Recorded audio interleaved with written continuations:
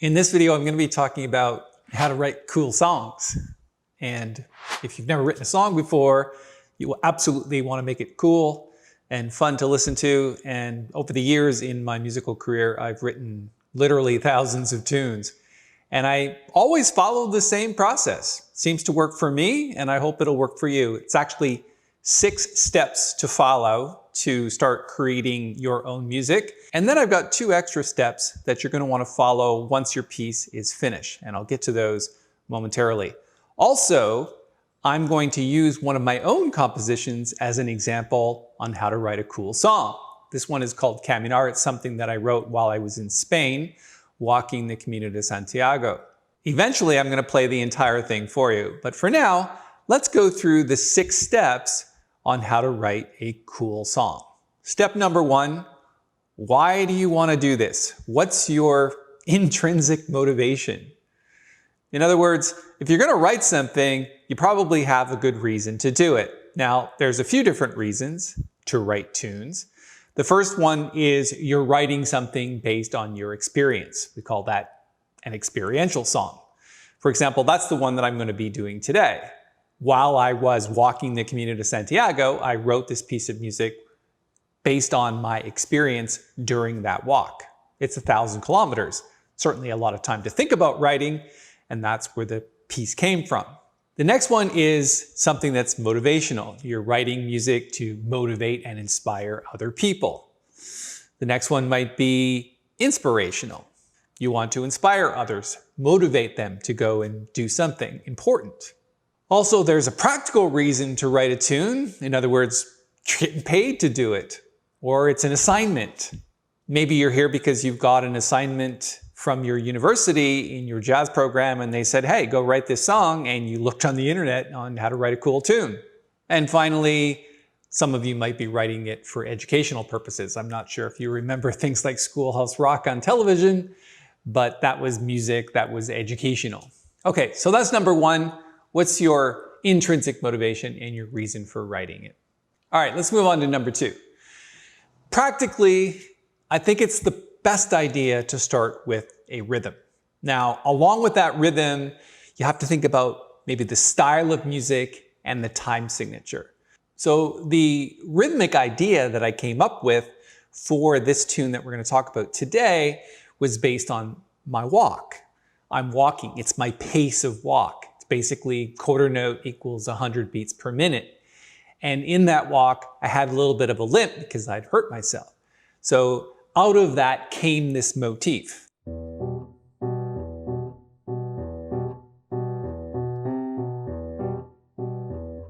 Now, whatever motif you come up with or riff that you come up with as the basis for your tune, there are many, many examples of this that I could play, but we don't have time for them all. But basically, you could be in 4/4 time, 3/4 time, Latin music, straight ahead jazz. You could be doing swing, bebop. You could be doing rock music or Spanish tunes, whatever.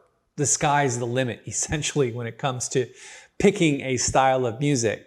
But when you've got that style in your head and you've got the feel going, it comes down to that motif that occurs throughout the tune. This never-ending drive.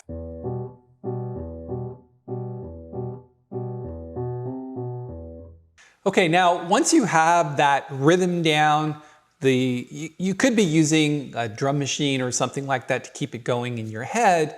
But once you have all that together and you've got your little maybe bass line running, you don't even have to think of chords yet. Well, the next step for me is basically to create a pleasing melody. And by pleasing, I mean something that's memorable, something you can sing, something you can hum. Now, of course, a lot of jazz is a lot more contemporary than that, and melody sometimes doesn't make a ton of importance in jazz, but you can also start out a piece thinking simply in terms of melody and something that you, again, can sing and something that's memorable. So as that initial rhythm is going, you can start with very simple melodies like this.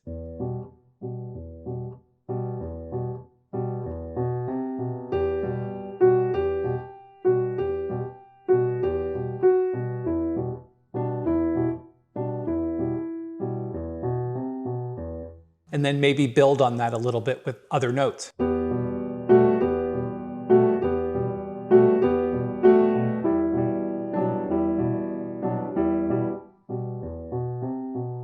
And then as you're working on that melody, other melodies tend to come into play and they become more lyrical and more melodic. So again, the original rhythm starts to dictate the chords, starts to dictate the feel, and then those melodies tend to come to you. So if I were to just play around with some melodies, it would be something like this.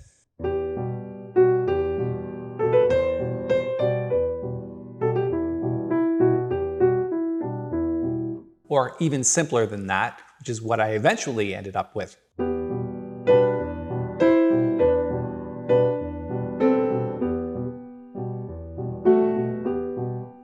Now, there's a lot of people who would absolutely be able to hum that, sing that, remember that.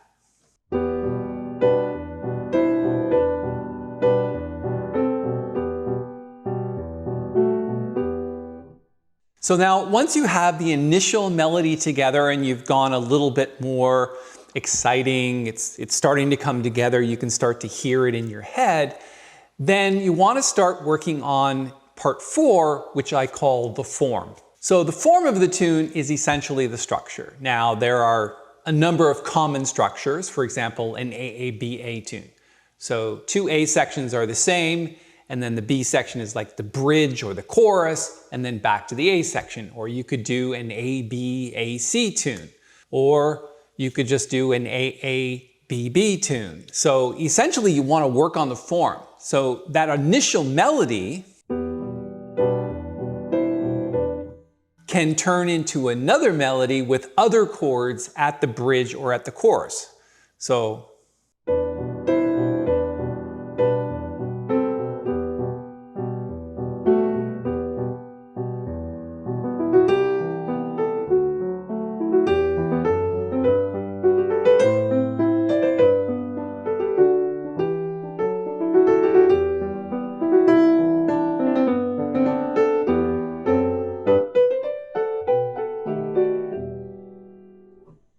typically what happens in choruses for me is it tends to get a lot more lyrical, but also more chords are thrown in. So you'll notice in the A section, just some simple chords. That whole thing was built around E minor. And then when we get to the bridge, we change the key to C major.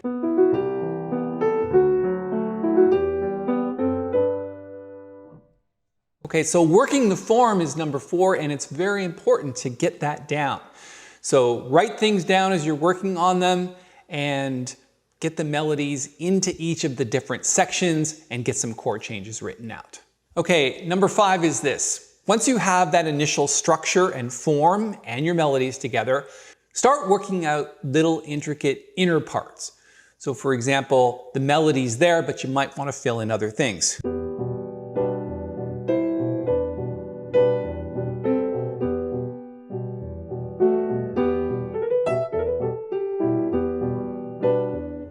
So little fills that can move you from section to section or from phrase to phrase. Also, you've got to come up with some introductions and some endings. In my case, in this particular tune, Caminar, I'd like to start with a simple introduction.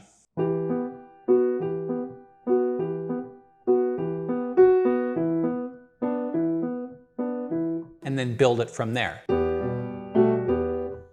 Okay, so introductions, and then you've got to come up with an ending. Ending a piece is just as important as the beginning. People are going to be there to the end and they want to be engaged, obviously, but the ending is something that in and of itself, it's kind of like this whole production thing going on. So you're going to hear when I play through this tune, if you get to the end, because it's fairly long, and don't let that scare you because you really want to hear the composition that's going on throughout the piece and also some improvisation as well, which is kind of important for me when I'm writing tunes. I want to leave a section for improv where the piano just makes up things in the moment, which is really the whole point of jazz. Okay, so once you finish number 5, you got all your fills in there, you've got your introduction, you got your ending, you got the whole thing written out. Now you want to start thinking about number 6, which is arranging and orchestration. Start thinking about what other instruments are important to making this piece of music really great. What kind of drums would you like? Would you like congas or bongos like I've got in my composition that you're going to hear? And also a bass player. So is it a trio, or do you have a saxophone player, trumpet player, or even a singer? And are you going to write lyrics for that? Now, I've written lyrics for tunes before and I've gotten paid to do that, but I'm not a great lyricist. So that's not something that we're going to be talking about in today's video. But if that's important to you, then to me, the melody is the most important thing. The lyrics come second. Proof positive of that is if you have absolutely fantastic lyrics, but your melody is not memorable, the lyrics are going to fall on deaf ears. On the other hand, I know lots of great melodies where the lyrics don't even make any sense, but yet people remember it. So the melody is by far, to me, the most important thing. Okay, so here's what I'm going to do. I'm going to play this composition for you. I've given you little hints about what it sounds like, so you get to hear the whole thing. It is a piano trio recording, so just listen through for the melody, listen for the rhythms and the motifs and all of the things that we've talked about. And then when we come back, I'm going to give you your 2 bonus ideas of what you can do once you've got your music created. And I think it's really important to do this because you really want to get your music out there and heard by other people so you can test it out on them. So we're going to talk about those 2 things when we come back from this performance. Let me play it for you and we'll be right back.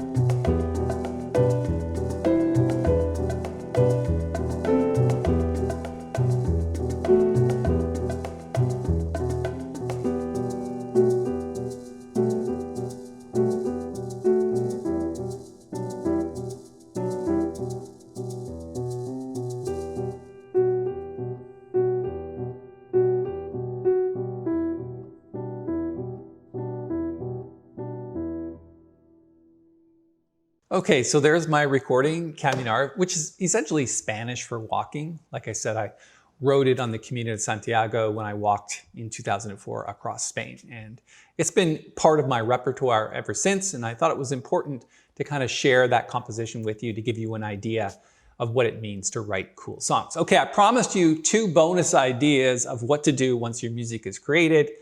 So this is number 7 as part of the 2 bonus ideas. Number 7 is recording a demo. So I think what you need to do is you need to commit your song to some type of recording so that other people can hear it. If that means doing it in your home studio, recording it on just a piano, or even getting other people to record it, or even doing MIDI, I think it's really important to, again, get some type of recording. If it's just a piece of sheet music, it's not going to have the same impact on people that it would if it were a recording. And then finally, number 8 is once you have that recording, get it out to some friends and family, and maybe even on a couple of music groups, like, for example, the Jazz Pianists group on Facebook, and play it for them. See what they think about it. Solicit some feedback. Ask for some advice. Ask other people, literally, well, what is your opinion of this tune? Is there any way to improve upon it? And if you're not up for that, and you think that you're not ready for that, I think it's a good idea just to go ahead and do it anyway, because that's how you learn. Other people are going to give you their advice, and I think it's probably, in most cases, honest advice. So if you're really interested in this tune, I do have a complete arrangement of it for piano. I'm going to stick a link up here in the corner. And also, if you're interested with that recording, there's a backing track, bass and drums, that you can play along with the same bass and drums that I did in the recording. So lots of fun. I hope you like the tune. So go check that out. It's at jazzmentl.com. But again, I put a link up in the corner just a little bit earlier. But when you're at jazzmentl.com, please check out some of the other things that are going on there.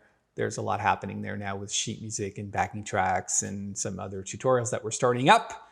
All right, thanks so much for your time. If you want to subscribe to our lovely little Jazzmentl channel here, you're more than welcome to do so. Just hit the little bell when you do, because we'll notify you of the upcoming videos that we're making. Thanks so much for your time. We'll see you in the next video.